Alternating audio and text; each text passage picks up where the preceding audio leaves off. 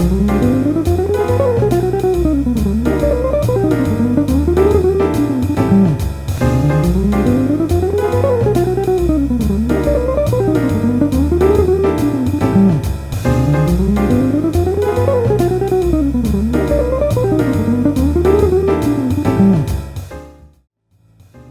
everyone, what's going on?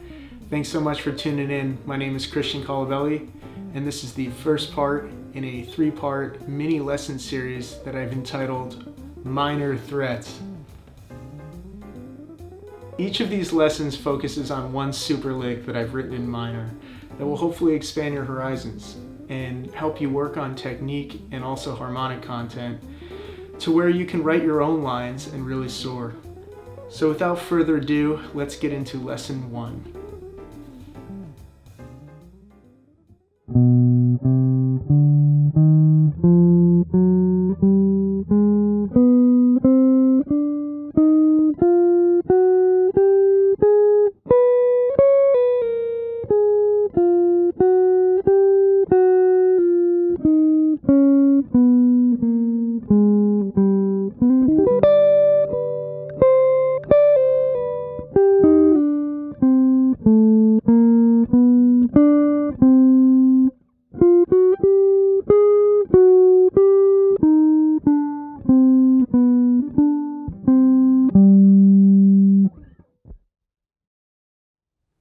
I just want to say one thing too. I am not going to leave tab here. I think I've played this slow enough and provided enough camera angles for everyone to figure it out. And the reason that I'm not going to do that is because when I studied at Berklee College of Music, probably the best teacher that I studied with was Richie Hart.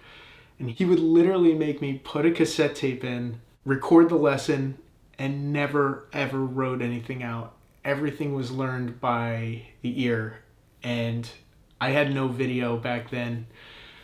I think it's easier to retain this information if you work harder from the beginning. I'm not saying tab is not a good resource. It's a great resource, but I think if you really want to develop your ear and internalize this stuff, it's better to do it via the ears. And you also have eyes. You can use the YouTube settings to slow down the video to a quarter speed if you need to. And yeah, I mean, I think there's enough tools at your disposal to be able to internalize this stuff if you really want to. So no tab. But if you want, book a private lesson and maybe we can change that. Who knows? Okay, so the idea behind this first lick is to really visualize the fretboard in a different way and not get stuck in position playing. I really like diagonal playing, and what I mean by that is instead of playing in position here, you're actually moving up the fretboard from low to high in a diagonal fashion. So the beginning of that first lick actually is focused on harmonic minor bebop. So what that means is it's basically harmonic minor with a flat 5 added. So you get this type of sound.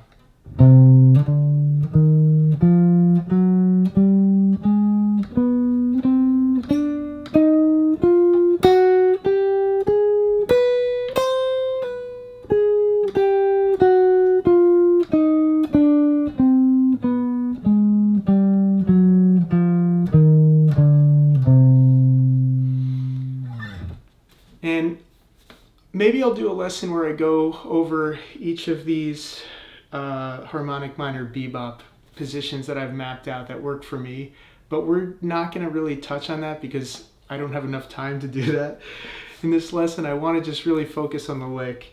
But did you see that first part that I played there? So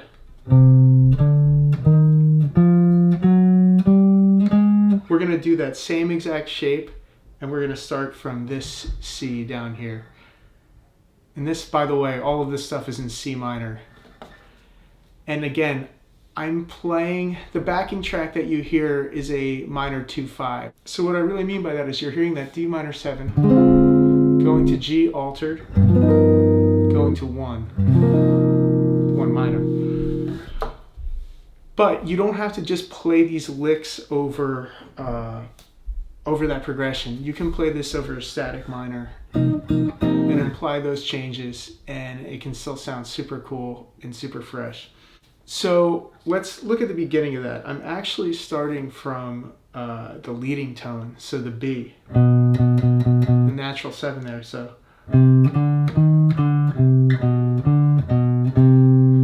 the lick actually starts on that 7, goes.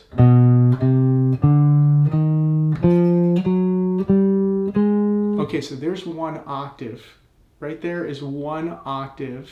So check it out. Now I'm going to repeat that same exact phrase in the next octave. So here and here. So now I got. And remember, there's a tuning difference between the G and the B string, so it's not going to be symmetric like it is here where it lays right under. You're going to have to go 1 fret up. So again.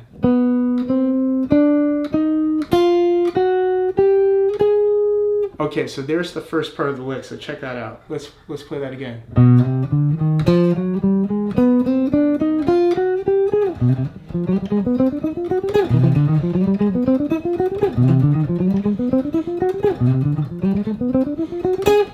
Okay, so that in itself can be a cool exercise, just getting that kind of swinging bop sound.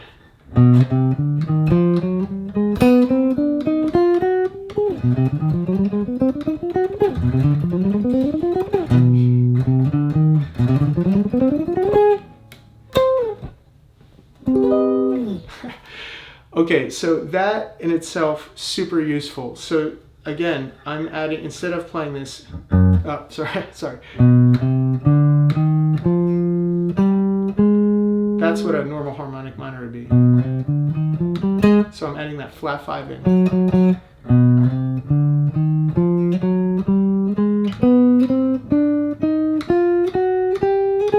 And let me just stop for a second. So that shape, if I'm playing at this C octave, then I have,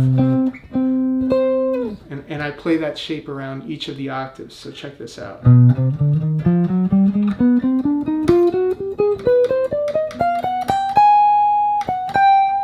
Or something like that at the end, but watch this.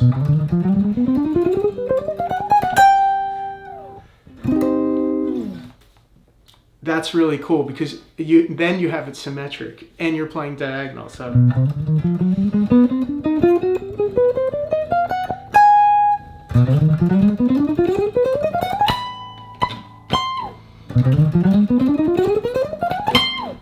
that's a good one. And I've got this kind of, on this particular guitar, this is an ES 175, 1986. I play with more of a gypsy technique. So if you can see in the right hand here, there's not, I've got that, the wrist is locked and I'm using a lot of rest strokes. And I think it sounds better on these style guitars. Like, I mean, you could obviously keep your hand toward the back of the bridge and more traditional like electric grip, but I like this gypsy style grip. I think you get more of a bopping sound on it. The only problem is it's harder to mute strings, so you kind of, for certain techniques, I actually try to mute with this little part of my forearm, believe it or not, and also my left hand. So now let's go to the next part of the lick. So we got this already.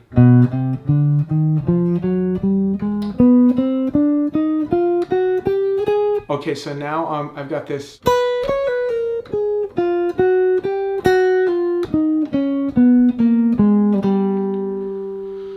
So I'm up here on the B and I got that little pull off. Very common, kind of like a jazz phrase right there. So.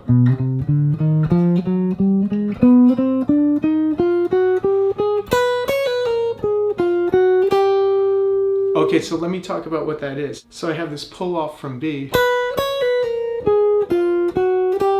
7th fret here.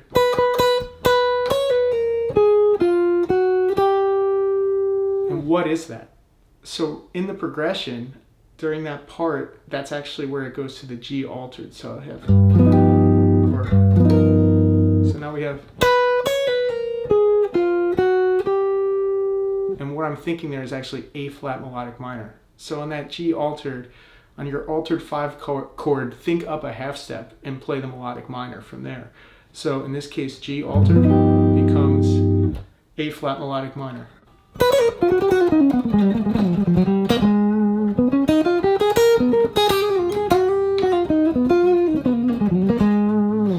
Right? So that part of the lick is actually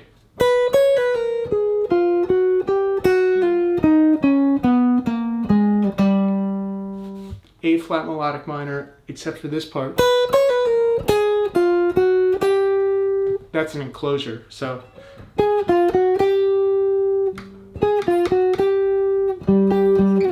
targeting that G.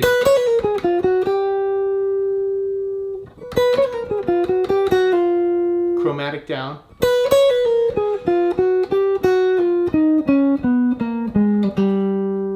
Okay, so now we got this next part. So what I'm thinking here is, right? So that augmented type thing. Again, now I'm thinking about C, either, you know, it could be melodic minor or harmonic minor, but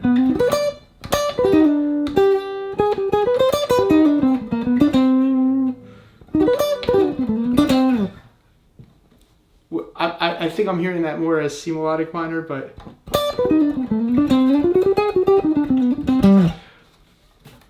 either way, I mean, that augmented, this minor major 7 is apparent in both. C minor major 7.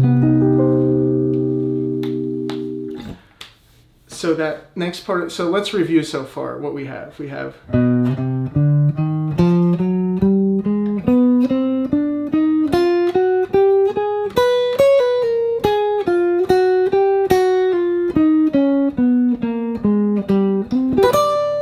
okay, so that arpeggio going up is, I'm sliding into it, and that is an augmented triad right there. And again, if I was playing the C harmonic minor,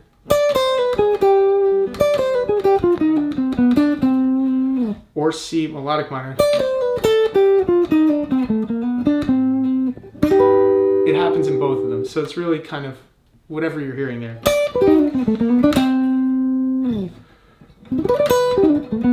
And that's a phenomenal line. It's real Pat Martino.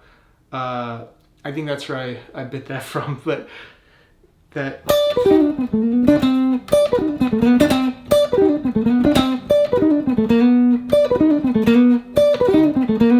just practicing that can be huge.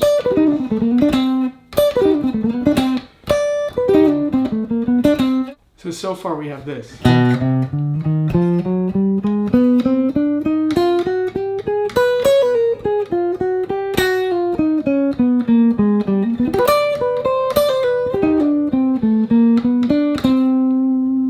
And now I'm just finishing this up with this kind of Django style line. So I'm targeting the G again. So I don't know if you've noticed this, but a lot of approaches kind of hinting at that G. So C, basically outlining the 5. So here's what we have here.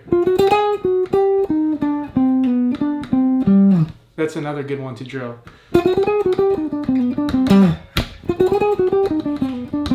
You just see that with a slur. You can pick it.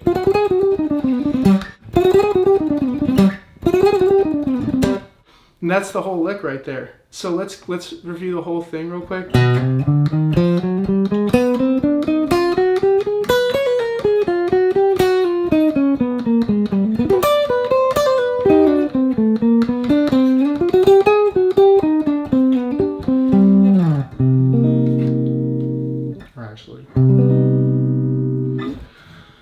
So basically that's it. So what to take away from that? Definitely think about playing a particular phrase. So I have this, again, 4 notes on each string. 1, 2. Playing that in octaves. And that's, again, that harmonic minor bebop type sound. Then on the 5 chord, you're hitting that melodic minor, A flat melodic minor.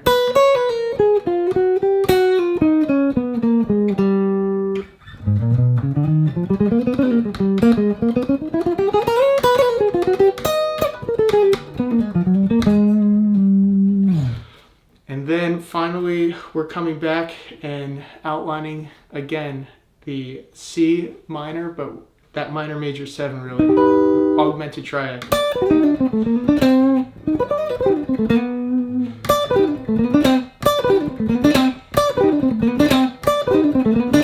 That's cool. Okay, and then finally that last.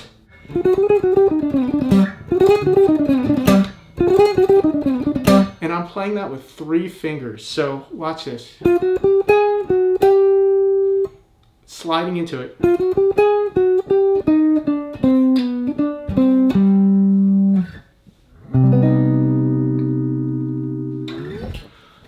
Okay, so we could really go into depth about picking and everything, but we don't have enough time in this lesson. Maybe I'll do a separate lesson just on that. But if you have any questions or comments, please leave them below, and be sure to tune into the second part of this minor threats series where I will explore another super lick.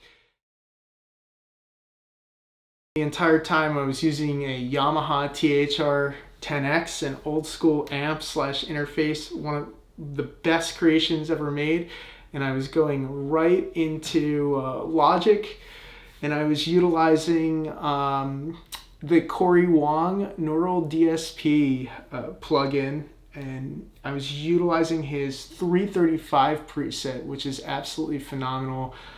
I'm really impressed. I thought that I was wondering if I should mic up an amp, but I tried out the neural stuff and it's very lifelike and it responds like a real amp would. It's one of the few plugins that I've come across that does that, and I'm very happy to be using it. And then of course I'm utilizing my trusty Pickboy Pick Posigrip Jazz 1.5. Massive part of my playing. Love Pickboy. This is made out of celluloid. Celluloid is very close to tortoiseshell, and the celluloid that Pickboy Osiamo uses, Osiamo distributes Pickboy. Pickboy is a Japanese company, is of the highest quality. It is pretty much unrivaled in my opinion. I have not felt something that responds more natural or is more warm than these picks right here.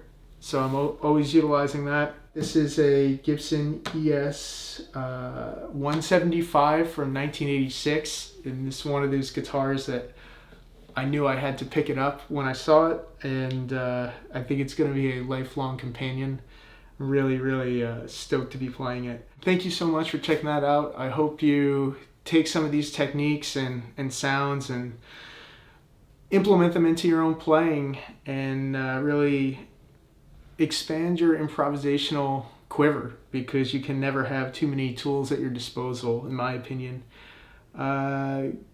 Be sure to like, comment, and subscribe, and hopefully I'll have more coming at you soon. Just trying to find the time to do stuff like this, but it's been really cool to sit down and do a lesson like this. Be sure to check out christiancolabelli.com to stay up to date with everything I'm doing. And I'll catch you guys on the second installment of Minor Threats. Peace.